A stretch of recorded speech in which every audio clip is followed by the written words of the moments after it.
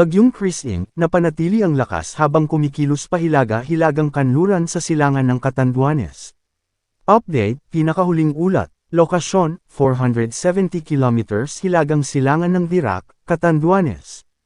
Lakas ng hangin, 55 kilometers per hour, BUGSO hanggang 70 kilometers per hour. Kumikilos pahilaga-hilagang kanluran sa bilis na 25 kilometers per hour.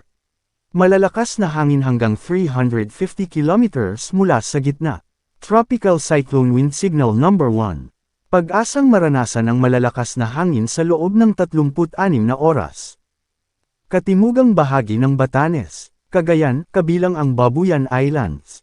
Isabela, Quirino, Hilaga at silangang bahagi ng Catanduanes. Hilagang Aurora, Apayao, Abra, Kalinga, Mountain Province.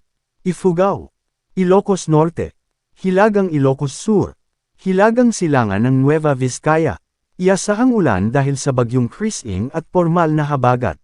Bicol Region, Batangas, Quezon, Mimaropa, Visayas, Zamboanga del Norte, Camiguin, Surigao del Norte, Dinagat Islands, Davao Occidental, Davao Oriental, Sarangani, Basilan, Sulo, Tawi-Tawi, Misamis Occidental, Lanao del Norte, Bataan, Metro Manila, Central Luzon, Calabarzon. Babala sa storm surge, 1.0 hanggang 2.0 metro ang posibleng taas ng alon sa baybayin ng Cagayan at Isabela.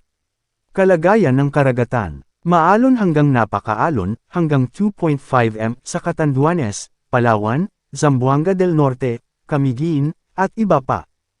Katamtamang pag-alon hanggang 2.0 meters sa Mindoro, Masbate, Antique, Samar, at iba pa.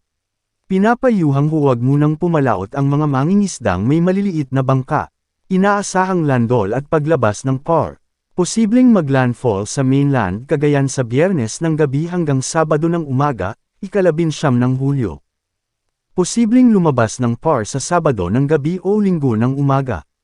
Posibleng maging tropical storm ngayong araw at severe tropical storm bago ang landfall. Manatiling nakatutok sa Weather Balita para sa bago pang updates, don't forget to subscribe.